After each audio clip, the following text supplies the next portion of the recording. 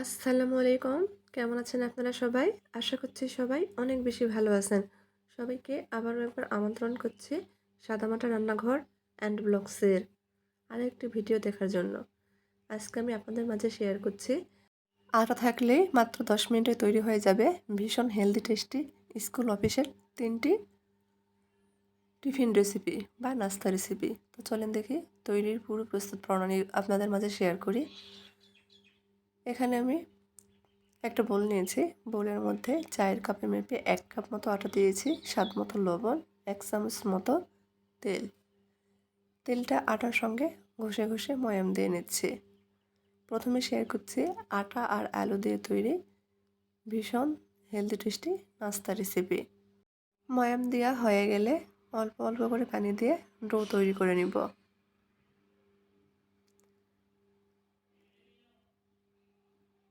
ভিডিওর প্রথমেই অনুরোধ করছি যারা ভিডিও দেখছেন প্লিজ একটা লাইক দিয়ে ভিডিওটি দেখার চেষ্টা করবেন। ডো তৈরি হয়ে গেছে। ডো থেকে ছোটো ছোটো লেচি কেটে নিয়েছি। ঢেকে 5 মিনিটের জন্য রেস্ট রেখে দিয়েছি। এই ফাঁকে নাস্তার ভিতরে পুর তৈরি করব। চুলার উপর ফ্রাই প্যান বসিয়ে দিয়েছি। দিয়ে দিয়েছি 1 টেবিল চামচ পরিমাণ তেল, সামান্য কয়েকটা গোটা জিরে, হাফ চামচ কাঁচামরিচ, 1 চামচ পেঁয়াজ কুচি, ছোটো সাইজের একটা আলু কুচি করে রেখেছি। দিয়ে দিয়েছি 1 টেবিল চামচ মতো গাজর কুচি। নেড়ে চেড়ে মিশিয়ে নিচ্ছি। 1 চামচ মতো ক্যাপসিকাম কুচি তেলের মধ্যে কিছুক্ষণ ভেজে নিয়েছি। দিয়ে দিচ্ছি স্বাদ মতো লবণ, সামান্য পরিমাণ গুঁড়া মরিচ, ভাজা জিরার গুঁড়া, ধনিয়া গুঁড়া। নেড়ে চেড়ে মিশিয়ে নিচ্ছি। এই তেলের মধ্যেই আলুটা ভেজে নিব। দিয়ে দিচ্ছি টমেটো কুচি 1 চামচ পরিমাণ। নেড়ে চেড়ে মিশিয়ে নিচ্ছি। এখন দিয়ে দিচ্ছি হাফ চামচ পরিমাণ স্বাদে ম্যাজিক মশলা। আবারও নেড়ে চেড়ে মিশিয়ে নিব। আলুটা কিন্তু ভাজার মধ্যে সেদ্ধ হয়ে গেছে। মাঝখানে ফাঁকা করে নিয়েছি। একটা ডিম ভেঙে দিয়ে দিচ্ছি। ডিমটা খুন্তি দিয়ে ভেঙে স্ক্রাম্বল করে নিয়েছি। এখন সবজির সঙ্গে নেড়েচেড়ে মিশিয়ে নিচ্ছে।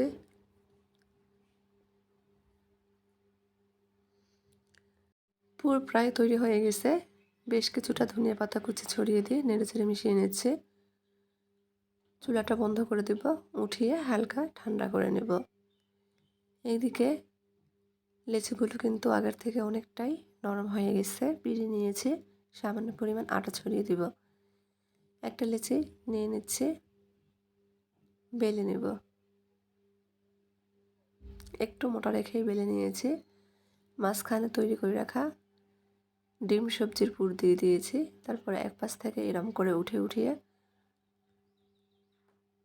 মুখটা বন্ধ করে দিয়েছি। বাড়তি যে অংশটা আছে আঙুল দিয়ে কেটে ফেলে দিয়েছি। আঙুল দিয়ে চেপে চেপে বড় করে নিচ্ছি। আমি হাত দিয়ে কিন্তু একটা নাস্তা তৈরি করে নিয়েছি। চাইলে আপনারা হালকা হাতে বেলে নিতে পারেন। একইভাবে সবগুলো নাস্তা তৈরি করব। এই নাস্তাগুলো ঝটপট কম সময়ে তৈরি করা যায়। চাইলে ঝটপট কিন্তু তৈরি করে স্কুল অফিসের টিফিনও দিতে পারেন। ছোট থেকে বড় সবাই অনেক পছন্দ করবে, আবারও তৈরি করতে বলবে। সবগুলো তৈরি করে নিয়েছি। চুলার উপর ফ্রাই প্যান বসিয়ে দিয়েছি। দিয়ে দিচ্ছি 2 থেকে আড়াই টেবিল চামচ পরিমাণ তেল। তেল গরম হয়ে গেলে তৈরি করে রাখা নাস্তাগুলো দিয়ে দিচ্ছি। চুলার আঁচ মিডিয়ামে কমিয়ে রেখে একটু সময় নিয়ে ভেজে নিব। দেখেন নাস্তাগুলো কিন্তু হালকা ফুলে উঠতে শুরু করেছে। উল্টে পাল্টিয়ে ভেজে নিয়েছি। উপরটা কিন্তু মুচমুচে হয়, ভিতরে একদম পুড়ে ঠাসা। ভাজা হয়ে গেছে, তেল ঝরিয়ে উঠিয়ে নিচ্ছে। একইভাবে সবগুলো ভেজে নিয়েছি, পরিবেশন করে নিয়েছি। দেখেন মাশাআল্লাহ দেখতে কতটা লোভনীয় লাগছে। সবগুলি কিন্তু ফুলকো ফুলকো আর মুচমুচে, ভিতরে পুড়ে ঠাসা। ভেঙে শেয়ার করছে যে ভিতরে কীরকম হয়েছে। এখন আপনাদের মাঝে আরেকটি নাস্তা রেসিপি শেয়ার করছি। আটার মধ্যে সেদ্ধ আলু দিয়ে মুখে স্বাদ লেগে থাকার মতো নাস্তা রেসিপি। একবার তৈরি করলে বারবার তৈরি করতে মন চাইবে। চুলার উপর ফ্রাই প্যান বসিয়ে দিয়েছি। দিয়ে দিচ্ছি 1 থেকে 1.5 চামচ পরিমাণ সরিষার তেল, সামান্য কয়েকটা গোটা জিরে, 2টা শুকনো মরিচ কিছুক্ষণ ভেজে নিয়েছি। ভাজা হয়ে গেলে মাঝারি সাইজের একটা পেঁয়াজ কুচি আর 1 চামচ মতো কাঁচামরিচ কুচি দিয়েছি। পেঁয়াজ মরিচ ভেজে নিব। পেঁয়াজ লাল করে ভেজে নিতে হবে। আর এই নাস্তা তৈরি করার ক্ষেত্রে সরিষার তেলটাই ব্যবহার করতে চেষ্টা করবেন, সেক্ষেত্রে টেস্ট ভালো আসে। লাল করে ভেজে নিয়েছি, একটু ঠান্ডা করে নেব। এদিকে একটা বোল নিয়েছি, বোলের মধ্যে চায়ের কাপে মেপে 1 কাপ মতো ময়দা দিয়ে দিচ্ছি। দিয়ে দিয়েছি ছোটো সাইজে 2টা আলু সেদ্ধ করে এভাবে কেটে রেখেছিলাম। আলুটা এখন গ্রেটারে গ্রেট করে দিব, এতে করে কিন্তু আলু মিহিভাবে মেশ হবে। আমি নাস্তা তৈরি করার ক্ষেত্রে ময়দা ব্যবহার করেছি, আপনারা চাইলে ময়দার পরিবর্তে আটাটাও ব্যবহার করতে পারেন।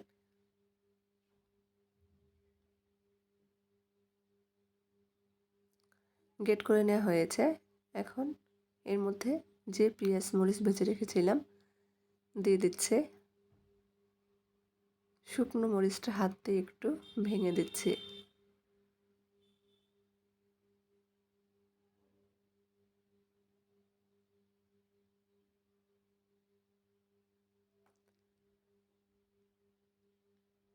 এখন দিয়ে দিব স্বাদ মতো লবণ আর বেশ কিছুটা ধনিয়া পাতা কুচি। স্বাদে ম্যাজিক মশলা দিয়েছি 1/2 চামচ মতো। খুব ভালোভাবে মেখে নিব। প্রথমে কোনো পানি ব্যবহার করছি না, আলু দিয়েই মেখে নিচ্ছি। পরে যদি মনে হয় পানির দরকার তাহলে পানি দিয়ে দিব। এখানে দিয়ে দিচ্ছি 2 চামচ মতো ঘি। ঘি দিয়ে আবারও মেখে নিচ্ছি। যেহেতু সেদ্ধ আলু প্রথমে পানি ব্যবহার করা যাবে না। এখন হাতের তালুতে সামান্য পরিমাণ পানি নিয়ে মেখে নিচ্ছি। এখানে আমি 2 থেকে 3 বারে 1 চামচ মতো পানি নিয়েছি।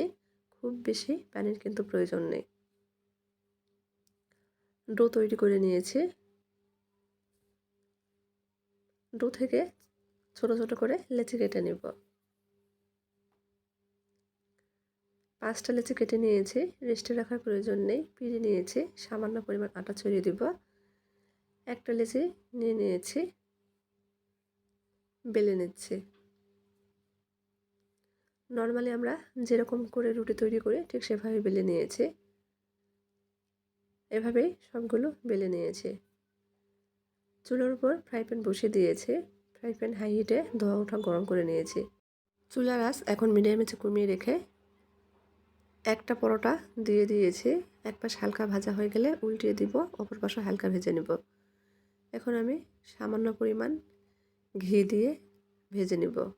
খুবই কম পরিমাণ ঘি দিয়েই কিন্তু ভেজে নিচ্ছি, একেবারে হেলদি উপায়ে। আপনারা চাইলে ঘির পরিবর্তে তেল দিয়েও ভেজে নিতে পারেন।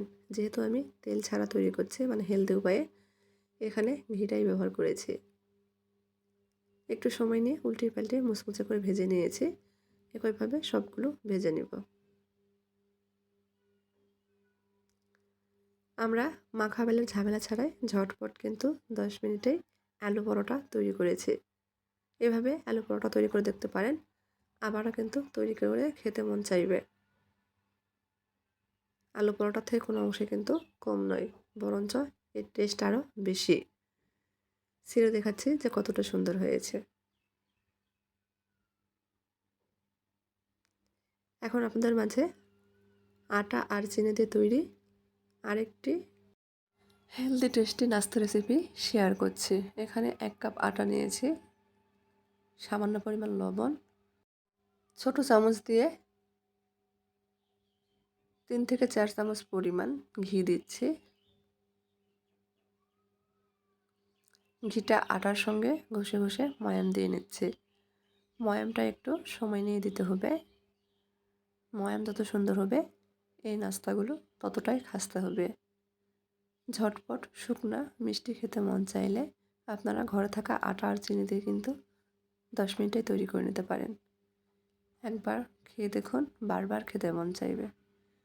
এখন অল্প অল্প করে পানি দিয়ে ডো তৈরি করে নিচ্ছি। ডোটা কিন্তু শক্ত করেই তৈরি করে নেব। এই রেসিপির জন্য ডোটা শক্ত করেই তৈরি করে নিতে হবে, তাই পানিটা কিন্তু একবারে দেওয়া যাবে না, অল্প অল্প করে দিয়েই তৈরি করে নিতে হবে।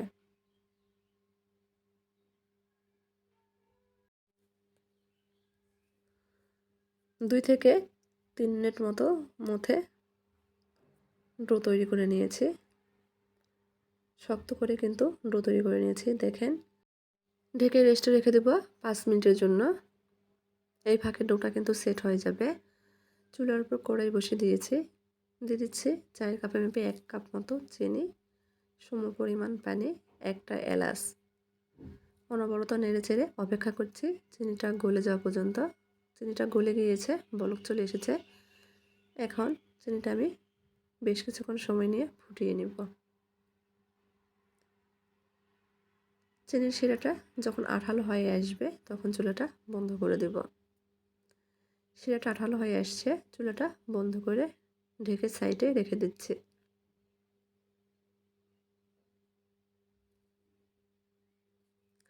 এদিকে ডোটা কিন্তু আগের থেকে একটু নরম হয়ে গেছে। এখন ডো থেকে ছোট ছোট করে লেচি কেটে নিচ্ছি।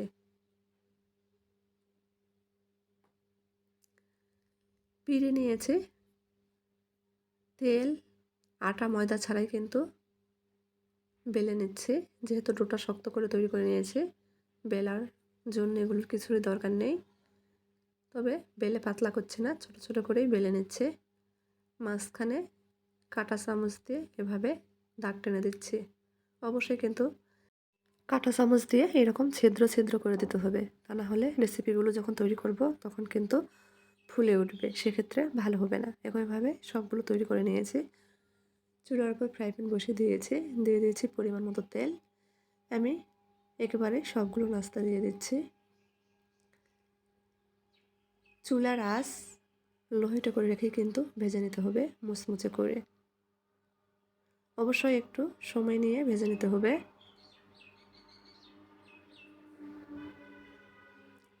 এতে করে মুচমুচে হবে। কয়েকবার উল্টে পাল্টে সুন্দর কালার আসা পর্যন্ত ভেজে নিয়েছি। তেল ঝরিয়ে উঠিয়ে নিচ্ছে।